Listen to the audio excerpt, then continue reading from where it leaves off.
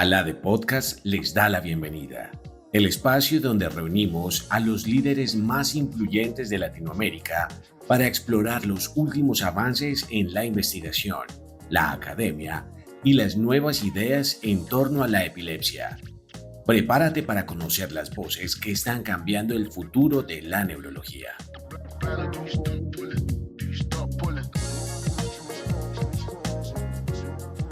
Muy buenos días, buenas tardes, buenas noches, a quienes y dónde se encuentren. Una vez más, tenemos un invitado muy especial.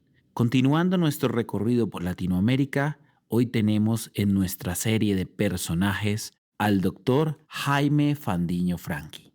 El doctor Fandiño, como lo conocemos y llamamos muchos, es médico, neurocirujano, dentro de sus múltiples facetas. El doctor Fandiño ha sido fundador de instituciones como el FIRE, Instituto de Rehabilitación para Personas con Epilepsia, ubicado en Cartagena, Colombia. Ha sido director hospitalario de su centro y de otros centros en nuestro país. Presidente fundador de la Liga Colombiana contra la Epilepsia. Y yo diría, no solo un médico, sino un filántropo y un visionario, dado que trajo en su momento y ha seguido trayendo a nuestro país múltiples avances tecnológicos que han aportado a la neurología, neurocirugía e impactado principalmente a los pacientes con epilepsia, que son parte del motivo de su lucha. Valga decirlo, el doctor Fandiño ha sido un mentor para muchos, por lo que es un placer tenerlo en esta serie de personajes de la Academia Latinoamericana de Epilepsia. Disfruten la entrevista, los esperamos con sus comentarios y discusiones. Doctor Fandiño, muy buenos días. Buenos días, buenas tardes, Iván. Tardes ya. Encantado de verte aquí en mi casa. Gracias, Bienvenido. doctor Fandiño. Es el primer entrevistado colombiano que tenemos en nuestra serie de podcast. Te diga, qué compromiso. Y gracias por aceptar esta habitual invitación. Siempre que lo llamamos, ahí está. Quisiéramos hablar un poco en este espacio que lo que busca, como le dije, tal vez es entender un poco quiénes están detrás de, como usted me dijo hoy, dándome las instrucciones de los héroes, el camino del héroe, ¿no? Entonces, quisiera saber quién es Jaime Fandiño. Cuéntenos un poco, doctor. Bueno, es complicado hablar de uno mismo, ¿no? Es complicadísimo. complicadísimo, Un reto. pero lo voy a hacer, voy a tratar de hacer un esfuerzo y te cuento cosas de mi vida. Bueno, mira, yo pertenezco a una familia de 10 hermanos. El gran compromiso de mis papás, ¿no? Todos profesionales. Eso ya se puede hoy en día. No, ya no se puede, sí, tremendo. Y yo soy el cuarto de la familia. Y los dos, el segundo y el tercero, éramos neurólogos y neurocirujanos, ambos. Ya murió Samuel, el mayor, ya murió en los Estados Unidos, trabajaba allá. Y el más viejo de la familia casi soy yo en este momento. Entonces mis hermanas me molestan mucho. Me dicen, ¿cuándo te toca el turno? Qué compromiso también. Compromiso tremendo. Bueno, yo hice mi bachillerato en el Colegio Mayor de Rosario, en Bogotá. También mis estudios de medicina los hice en la Universidad Nacional de Colombia. Y mi especialidad sí me tocó salir por el país. Estuve en el Karolinska en Estocolmo.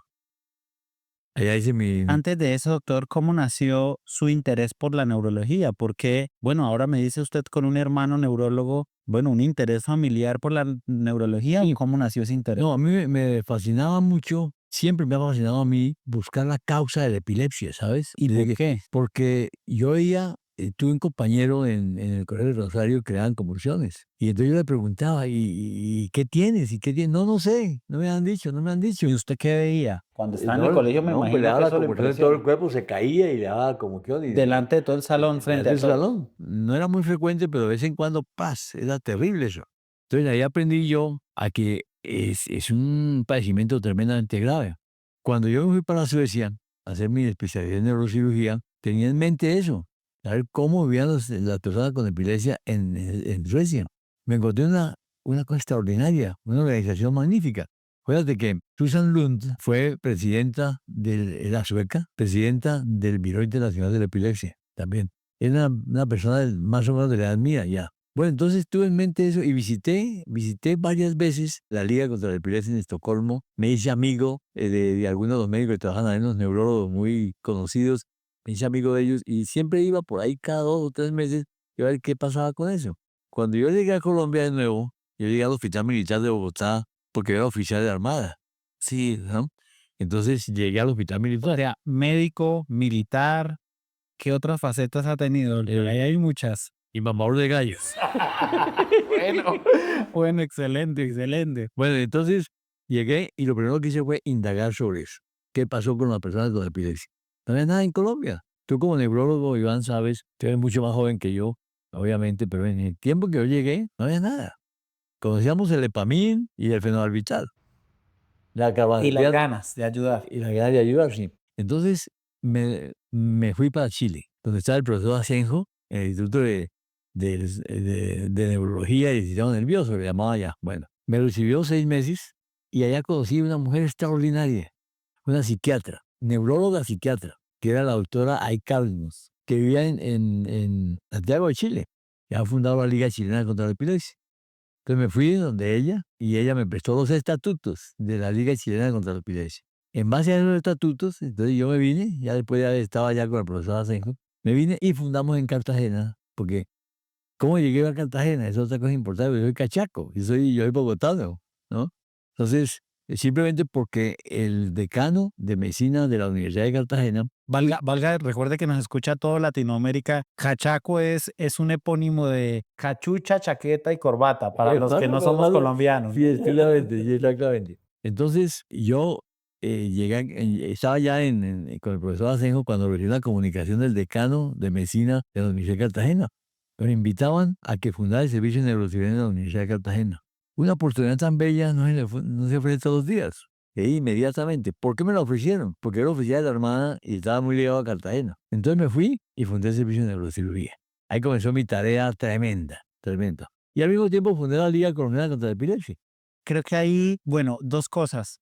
En esta serie de podcasts he encontrado siempre que hay un porqué, un familiar, como un líder o alguien con el que uno esté relacionado que lo hace seguir un camino. Entonces, creo que extraigo de esta primera parte que, bueno, usted vio el dolor de su amigo y quiso también ver cómo podía Sí. ayudar ahí, ¿no?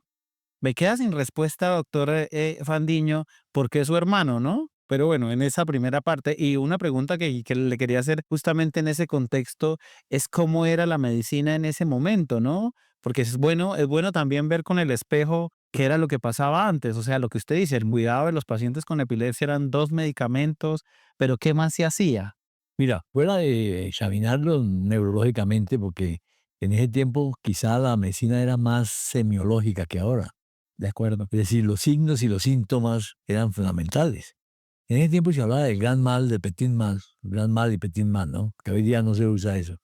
Y entonces, ¿qué había para tratar a los pacientes? Solamente estaba el fenobarbital y la fenitoína.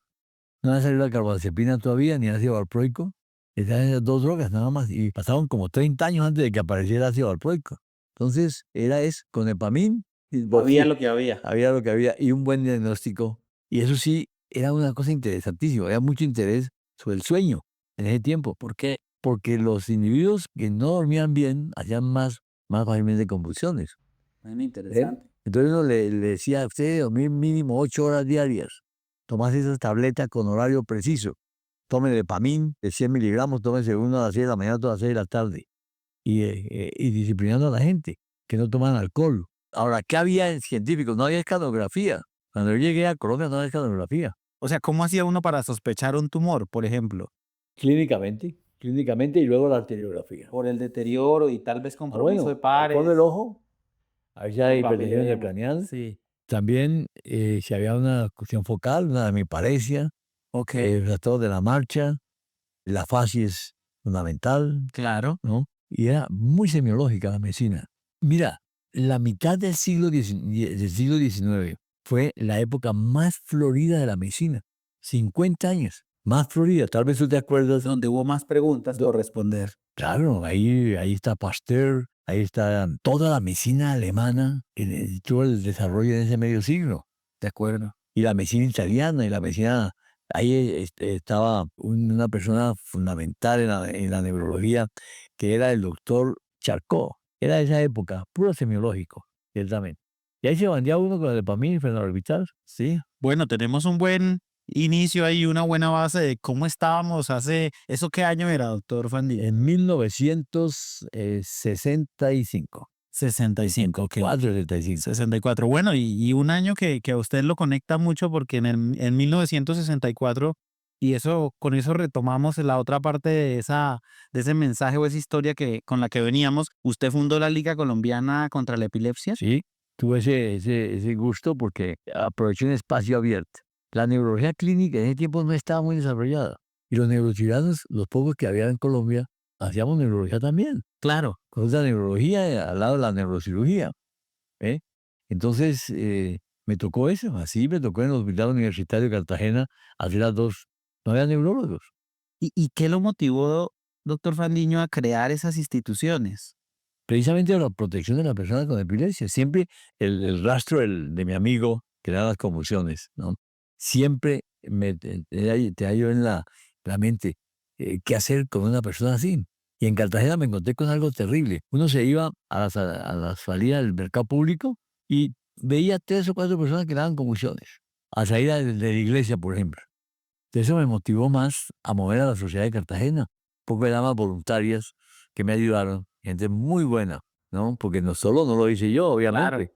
Por ayuda de ellos, hicimos la Liga Colombiana contra la Epilepsia con ellos. Doctor Fandiño, ¿y por qué cree que en esa época y aún ahora, bueno, los neurocirujanos como usted, por ejemplo, le prestaron atención a eso en particular, a la epilepsia? Y lo comparo con el ahora porque yo siempre he sentido y lo comparo con otras patologías que a pesar de lo prevalentes, de lo frecuentes, no tienen la atención que requieren. Entonces, ¿por qué cree que en esa época no se le prestaba la atención que requería? Había la ignorancia, había mucha ignorancia sobre la epilepsia y había unos malos, muy malos conceptos de epilepsia. Había una discriminación atroz, de acuerdo, y estigmatización atroz. Por ejemplo, el concepto de que era el diablo por dentro, todavía lo tenía, todavía. Y otra cosa es también que era contagiosa. Salían corriendo Sí, cuando y veían. nadie se le arrimaba a una persona para ayudarla. Entonces, ahí pasaba la convulsión tónico-crónica generalizada, pasada en el suelo. ¿Y por qué usted no tuvo miedo? Ay, qué pregunta tan interesante. Bueno, ya era médico, ¿no? Cuando estaba estudiando bachillerato, mi amigo, pues, no tenía miedo. No me acuerdo de haber sentido miedo. Y yo le protegía la cabeza, no más que por el deseo de ayudar, nada más. Para que no se golpeara la cabeza, le ponían la mano y no más. Era lo que uno podía hacer. Entendido. Pero era tremendo, tremendo eso. Pues muy interesante esa primera parte. Y dicho eso y conectándolo con lo que acabamos de hablar, ¿cuáles han sido los mayores desafíos en el tratamiento en la epilepsia de esa época? Pues estamos hablando de Colombia, que es en donde estamos en este momento y de lo que estamos hablando, y con cuáles contrastaría con los de ahora, esos dos momentos. Sí. Bueno, mire, vamos a la consulta. ¿Cómo hacía yo la consulta de una persona? Perdón, ahí interrumpo y valga decirlo, llegando a la casa del doctor Fandiño me estaba diciendo que estaba haciendo una consulta por telemedicina, ¿no? Sí, Valga haciendo valga dándole ese marco. Entonces, sí. el doctor Fandiño siempre ha sido un trabajador incansable y valga también decirlo, le estaba diciendo que no le cobraba, que le enviara los estudios. Pero bueno, sigamos, doctor Fandiño. Entonces, estamos hablando de los desafíos, esos desafíos de este momento del mundo, del país, y ese momento me gustaría entenderlos y cómo podrían comparar o si se podrían comparar si tuvieran alguna comparación. Oh, qué pregunta tan interesante, muy interesante. Mira, el ejercicio de la medicina actualmente es muy tecnológico. Es casi automático que el médico ve a un paciente con epilepsia, por ejemplo, y de una vez le surge en la mente escanografía o resonancia magnética. De acuerdo. Antes de terminar, y hace el diagnóstico. Una atrofia cerebral o una hidrocefalia o un tumor, la diagnostica rápidamente. En ese tiempo tenía uno que dedicarse a examinar al paciente completamente. Y es más, citarlo para otra ocasión, para terminar el examen, ¿no? Sentía uno más cerca el paciente de lo que ahora. Ahora no lo siente mucho uno, el paciente, a pesar de que trata uno de gastarle tiempo, de preguntarle cosas y todo. Sin embargo, no logra uno, porque por el computador le quita tiempo, no puede mirar al paciente porque está en el computador, se pierde mucho la ligación con él. La diferencia grande es eso. En ese tiempo no da tecnología. Está el electroencefalograma. Si hay el electroencefalograma, no más. Y las drogas estas, el resto, pura clínica, pura clínica. Entendido. Bueno, entonces esa es como una diferencia, ¿cierto? Pero Doc, ¿percibe alguna similitud entre esos años 60 de los que estamos hablando y lo que pasa ahora en nuestro mundo moderno, en nuestro mundo actual? Sí, yo, si hubiera comenzado en esta época, hubiera preferido esta época, porque es mejor, se siente uno más médico, realmente. ¿Por qué razón? Porque uno logra hacer el diagnóstico del paciente más profundamente y más rápidamente. Claro. Es la primera cosa, ¿no? Y segundo, logra uno darle una respuesta al paciente, porque el paciente se queda con una angustia terrible, ¿no? ¿Por qué me dio a mí la conmoción, doctor? Dígame por qué. Pues la respuesta es la tecnología, no hay duda. De acuerdo. ¿Eh? Entonces, es mejor hacer la medicina moderna como vamos a hacer, como era antes. Eso sí. Excelente. ¿Recuerda algún caso, algún paciente que lo haya marcado? Pues ya tenemos el de su amigo que probablemente lo hizo que tomar decisiones importantes en su vida, pero algún caso de un paciente que lo haya marcado. Yo estoy escribiendo una novela, te cuento. Pero esa novela, Su faceta de escritor. Eso es otra. sí, pero no es que sea un buen escritor yo, pero siento el deseo de escribir el sufrimiento de las madres, sobre todo. Y yo he aprendido mucho a hacer medicina de las madres, de los pacientes. ¿Por qué, Doc? Porque hay que ver el sufrimiento de ellas. Se lo incita a uno a entregarse más. Cuando ve a la mamá llorando en el consultorio, fíjate, te debe pasar a ti seguramente también, ¿no? Cuando ven llorando uno se sensibiliza tremendamente por eso. La Y- impotencia, Sí.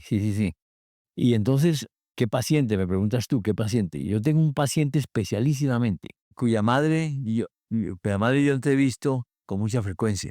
La veo con mucha frecuencia a ella, más que a la hija, inclusive la hija tiene epilepsia. Es una muchacha que come muy bonita, una pelada muy bonita, que la vi yo desde el primer día en que le dio la primera condición. Y ahora está en una demencia total. ¿Y cuántos años tiene? Tiene 50 años. 50. Más o menos, sí. ¿Y desde cuándo tiene la pérdida de sus capacidades? Ella comenzó como en los 14 años a tener las crisis. Una encefalopatía epiléptica tremenda.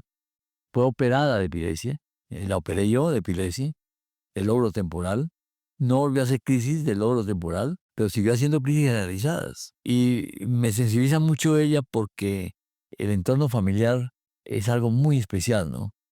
El sufrimiento de la madre, te lo repito nuevamente, Sí. y la sensibilidad de ella por su hija, la manera de atenderla, día y noche, no se separa de ella nunca, sábados y domingos, por la noche se levanta varias veces, no, es tremendo. Las limitaciones con eso y no, a veces no solo son limitaciones de la enfermedad. Nosotros hace poco hicimos como una serie de casos donde, bueno, recogimos información de un grupo de pacientes donde veíamos que no solo es el sufrimiento por la enfermedad, sino a veces las condiciones económicas de esos pacientes, ¿no? Muchas veces esos pacientes no ganan, en esa estadística veíamos como hasta la mitad o incluso más de la mitad, creo que el 60% de los pacientes de esa corte no ganaban un salario mínimo, que en Colombia es algo así como $300. Entonces, además de los sufrimientos por su enfermedad, tienen otros que hacen que sean especialmente vulnerables y a eso también usted ha dedicado parte de su vida, ¿no? Sí, claro, claro. Porque Claro. sabemos que en el FIRE, ¿qué es el FIRE, doctor? El FIRE es Juan de- una fundación, desde luego sin ánimo de lucro, que se llama Fundación Centro Colombiano de Epilepsia y Enfermedades Neurológicas. La sigla es FIRE. Y se hizo primordialmente para atender a los pacientes con epilepsia. Es un centro de epilepsia. Pero tenemos la rehabilitación de los pacientes con epilepsia dentro de la institución. Por ejemplo, que llenamos la ciencia de la educación, la ciencia de la rehabilitación, las ciencias médicas. Es un solo grupo. De acuerdo. Entonces ahí encuentra uno educadoras especiales trabajando con el neurólogo, con el fisioterapeuta, con la neuropsicóloga. Y eso es muy bonito. Y está también presta, creo que, atención a una población que, como lo acabamos de decir, es vulnerable, ¿no? Y sobre todo la gente pobre que en Colombia, tú sabes, es todavía uno de los grandes problemas que tenemos nosotros. Bueno, y también en esa línea, usted estructuró medidas que protegían los pacientes, ¿no? Que incluso son pocos ejemplos los que hay en el mundo, como la ley 1414. Sí. Entonces, ese es un segundo qué es, porque ¿qué es el FIRE? Que nos lo aclaró. Mm. Y ahora, ¿qué es la ley 1414, doctor? Pues mira, lógicamente, la manera de proteger a un paciente no basta con la misericordia, no basta con arrimarse en el pobrecito, cómo sufre, sino que es la fuerza de la ley la que le da los derechos humanos. De manera pues que tenía yo la idea clara, hay que hacer una ley. Y acuérdate tú que en Santiago de Chile, en 1901, el Congreso Latinoamericano o Panamericano en ese tiempo de epilepsia, en su artículo 3 dice que se recomienda a los países hacer leyes para proteger a las personas con epilepsia. Y la Liga Internacional de la Epilepsia clama porque haya leyes. Y el Biro Internacional clama por lo mismo. Inclusive la Organización Mundial de la Salud también ahora. Entonces nosotros sí nos le medimos a eso. Y lo lograron. Lo logramos, sí. Claro, fue interesantísimo. La historia de eso es una historia Y muy... en esa historia, ¿cuáles fueron los mayores obstáculos para que esa ley se lograra? El mayor obstáculo fue el presidente de la República en ese tiempo, que no la quiso firmar.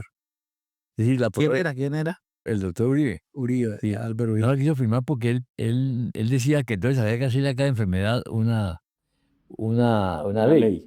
Cosa que no es completamente cierto, tú sabes. La persona con epilepsia pierde el conocimiento, se cae al suelo, tiene heridas, es discriminado, estigmatizado, todo lo imaginable, ¿verdad? Todo lo que hemos hablado en este rato. ¿Y hubo resistencia entre los sectores cuando trataron de sacar, además de ese que nos acaba de mencionar?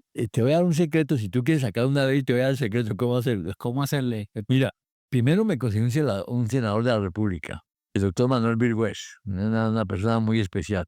Entonces, le eché el cuento. Y él un día se me apareció así como a escondidas casi, ¿no? A mi consulta en el FIDE. Y se sentó con los pacientes, yo estaba haciendo consulta y él se sentó con los pacientes a hablar con él. Y ahí se dio cuenta de que era indispensable la ley. Entonces me llamó y me dijo, haga la ley en idioma médico, como usted lo siente, en idioma médico. Entonces lo hice en una noche, y al día siguiente me fui con ella y se la presenté en el Congreso de la República. Un poco de abogados se reunieron, el grupo de ellos, y la vertieron al idioma jurídico. Y el secreto para que saliera es que hasta 3 meses entrevistando 230 parlamentarios, uno a uno, para enseñarles que era de epilepsia. ¿Eh? Increíble. Sí. Y fue la única manera. Cuando vino la votación, ya, sabes, de que la Cámara, el Senado, ¿no? Toda una cantidad de cosas, no hubo ni una sola oposición. Porque ya habían sensibilidad. Claro, todavía están sensibilizados. ¿Quién hizo eso? Yo, yo me puse hasta repartir en la calle papelitos. Mandé timbrar como 3,000 Y papelitos. se paró en el Congreso a entregarlos para que... Claro, no, no, hubo una cosa muy interesante. Esta es una ley que comprometió a todo el mundo, a todo el universo. Porque yo le pedí a la doctora Hanneke de Boer, ¿te acuerdas? De holandesa, la de la epilepsia fuera de las sombras. Ella fue la de la idea. Y el doctor Carlos Acevedo de Chile. Y se vinieron al Parlamento ellos, se costearon el pasaje y el hotel. Ellos aquí en Colombia vinieron y hablaron en el Parlamento colombiano, ambos. Increíble, Muchísimo. increíble. Valga hacerle un homenaje en Ellos, este claro, momento al doctor claro. Acevedo Y también. no solamente sino las ligas del mundo, porque yo le escribí a la liga japonesa, a la liga de Malasia, a la India. Para tener referencias. Y claro, Bueno, y desde que hicieron la ley, doctor Fandiño, ¿cree que cómo ha impactado la realización de esa ley sobre el sistema de salud? Bueno, ahora en Colombia estamos pasando algunas dificultades, sí. pero ¿cómo ha impactado esa ley en los pacientes? Que creo que es lo más importante. Bueno, mira, en la costa Caribe me puedo yo sentir orgulloso, porque allá yo trabajo, en el FIDE en Cartagena. Entonces, toda la costa conoce divinamente la ley, porque hemos educado a los médicos para que le hagan propaganda a la ley con los pacientes. En el interior del país no ha tenido la trascendencia que debería tener.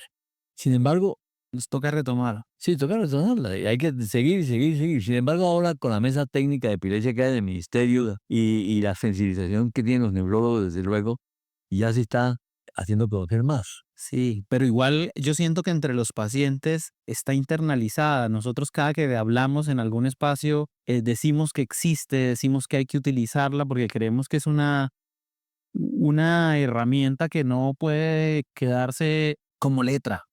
Claro. Es que el paciente, cuando le entrega a uno la ley, se siente respaldado por el Estado. Dice, no estoy solo, yo tengo el Estado colombiano conmigo. Eso le digo yo a los pacientes y ellos lo sienten así. Entonces, cuando ellos necesitan una medicación y no se la dan, ellos inmediatamente saben que pueden ir por una tutela. Y como es una ley de la República que está por encima del presidente de la República y por encima de todo el mundo, un juez tiene que fallar sí o sí. Inmediatamente, en 24 horas falla, entreguen la droga. Eso lo he visto de una satisfacción tremenda. Igualmente, no los pueden despedir de las escuelas. Antes eran frecuentes. De acuerdo. No los pueden despedir. Ellos saben plenamente que por ley, artículo tal, no se puede despedir. No se pueden despedir del empleo por causa de la epilepsia. Y lo saben los pacientes con epilepsia y lo reclaman. ¿Eh? De manera pues que eso ha servido muchísimo. Claro, no. Es claro. Doctor Fandiño, ¿hay otros países que tengan ley? ¿Qué otros países que conozcamos Pues, tienen mira, ley de el único país que tiene la ley completa con reglamentación todo es Colombia. Hace un año aproximadamente hicieron en Perú, que creo que está en la evolución de conseguir la reglamentación, que es muy complicado, porque es un problema político casi. Y redactar todos los derechos que tiene una persona y presentarlo al ministro y al viceministro y todo eso es complicadísimo. Yo duré 10 años, yo a querer reglamentar, 10 años. Doctor Fandiño, si hoy tuviera la oportunidad de mejorar esa ley que hizo, ¿qué le agregaría? ¿Cambiaría? Uy, qué belleza de pregunta. Eso es una pregunta me estás emocionando mucho. Mira, primero, la educación. Y estamos proponiendo en la mesa técnica de epilepsia, que está dependiente del Ministerio de Salud Pública directamente. ¿Qué país tiene eso? ¿No? Entre paréntesis, ¿qué país tiene eso? Que al lado del ministro tenemos una mesa técnica de epilepsia. Pues mira, estamos luchando para que haya aulas remediales en los colegios públicos.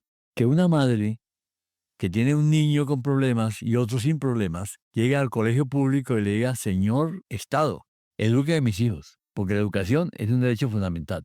Y que el colegio tenga un aula para educación especial. Pero ¿por qué no?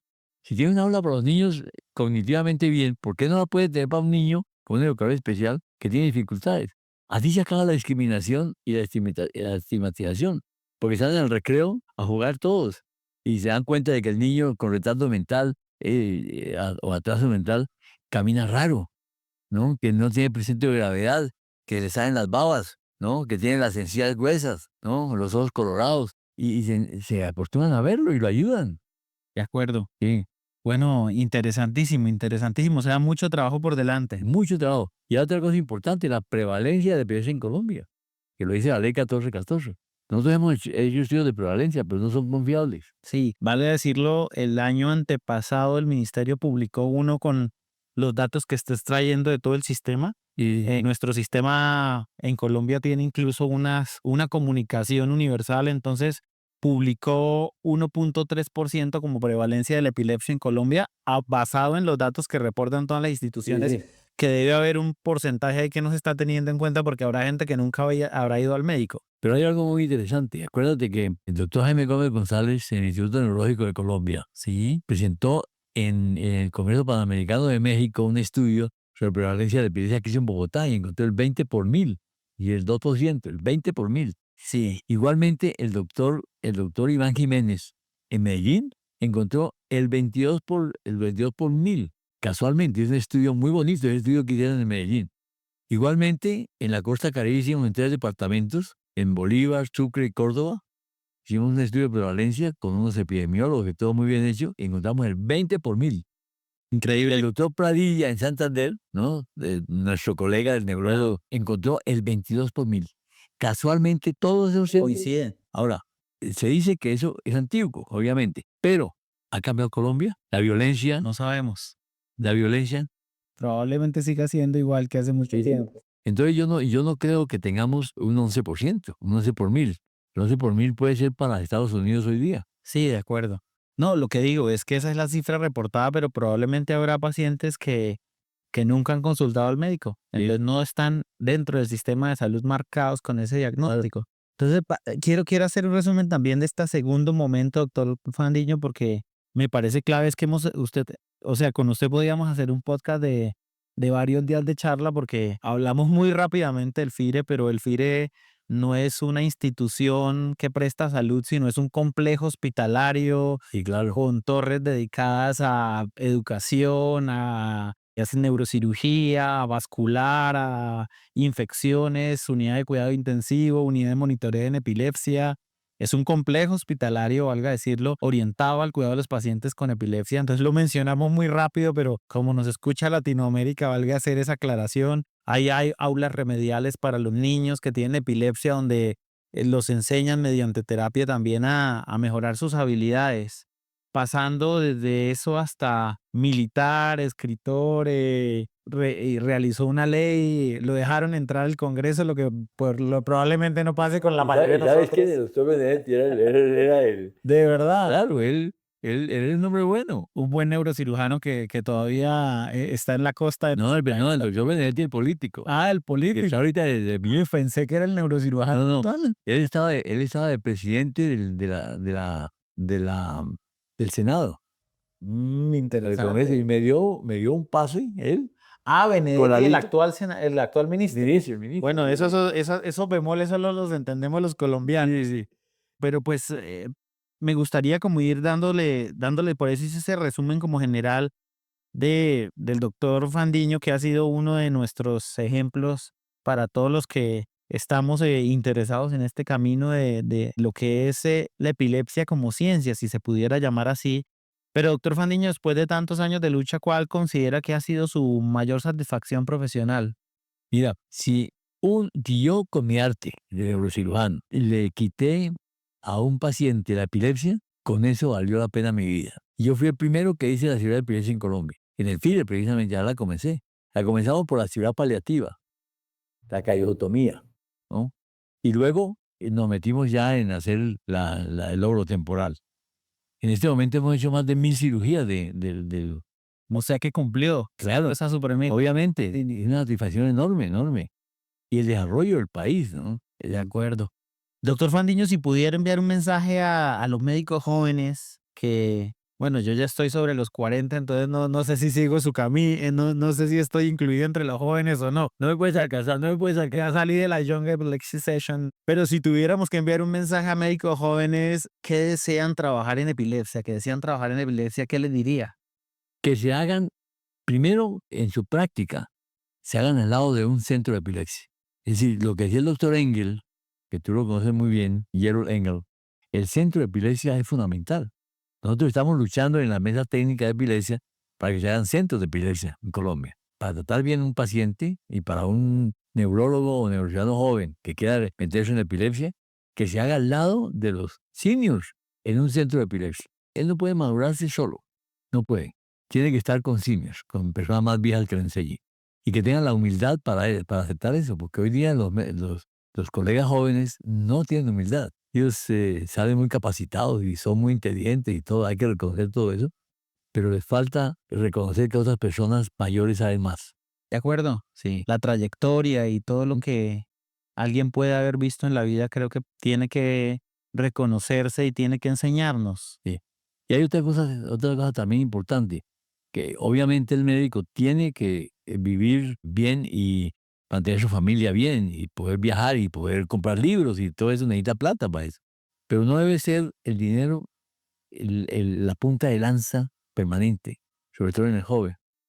Debe tal vez, el dinero llega, porque uno trabaja y le llega el dinero, pero no debe ser lo primordial en el ejercicio de la medicina, el dinero. Usted alguna vez me dijo, una charla que tuvimos ya hace varios años, en un cumpleaños suyo, me acuerdo en Cartagena, que usted duró muchos años sin cobrar.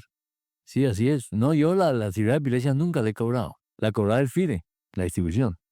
Pero yo nunca he hecho una cirugía de epilepsia ganando dinero, nunca. Bueno, pues mucho que enseñarnos, doctor Fandiño, y gracias por este espacio. Realmente creo que nos deja muchas reflexiones. ¿Algún mensaje final para los que nos siguen y escuchan? Sí, la epileptología, ¿no? Es una ciencia y sigue siendo bien compleja. Nomás veamos la farmacología. Es bien complejo eso. Y desde luego la tecnología que está alrededor de la epilepsia. El doctor Rasmussen decía que la epilepsia ha sido la gran maestra de las ciencias neurológicas. Increíble. Y lo sigue siendo, lo sigue siendo. Porque desde un potencial de acción, desde un neurotransmisor, eso es dificilísimo de comprender. Tú, porque eres un neurólogo de experiencia, ya lo comprendes bien. Pero un muchacho que apenas comienza no alcanza a comprender eso. Que pensar que una neurona tenga 40 millones de canales. Una neurona. ¿Cómo puede uno comprender eso? Difícil. Pero bueno, pues está el tiempo, la lectura juiciosa y y justamente escuchar a los que nos rodean. Yo creo que también por eso hacemos esto, porque a veces no conocemos nuestros líderes, que eso nos ha sorprendido y yo sé que a veces a los líderes no les gusta que le llamen líderes, ¿no? Pero pues uno es líder tan solamente con el hecho de trazar un camino como usted lo hizo y muchos estamos recorriéndolo también con un poco del reflejo de lo que usted nos ha mostrado. Entonces, Doc, de verdad que fue muy grato saludarlo y muy grato estar en este espacio con usted. Gracias por abrirse con nosotros y bueno, pues hasta una próxima. Esperemos que sean muchas próximas. Pero Iván, el hecho de venirte tú a mi casa a esta hora, una hora ocupadísima, un lunes, imagínese, me siento muy agradecido con esta entrevista, que más bien es una charla contigo, muy, muy fecunda. Me gusta mucho esto. Muchas gracias a todos los que nos escuchan y por favor síganos escuchando en estos podcasts. Esperamos que nos vuelvan a escuchar y a seguir y compártanos y coméntenos. Gracias y buen resto de día. Gracias por acompañarnos en este episodio de Alade Podcast. No olvides suscribirte y seguirnos para estar al tanto de las últimas novedades en el mundo de la epilepsia. Hasta pronto.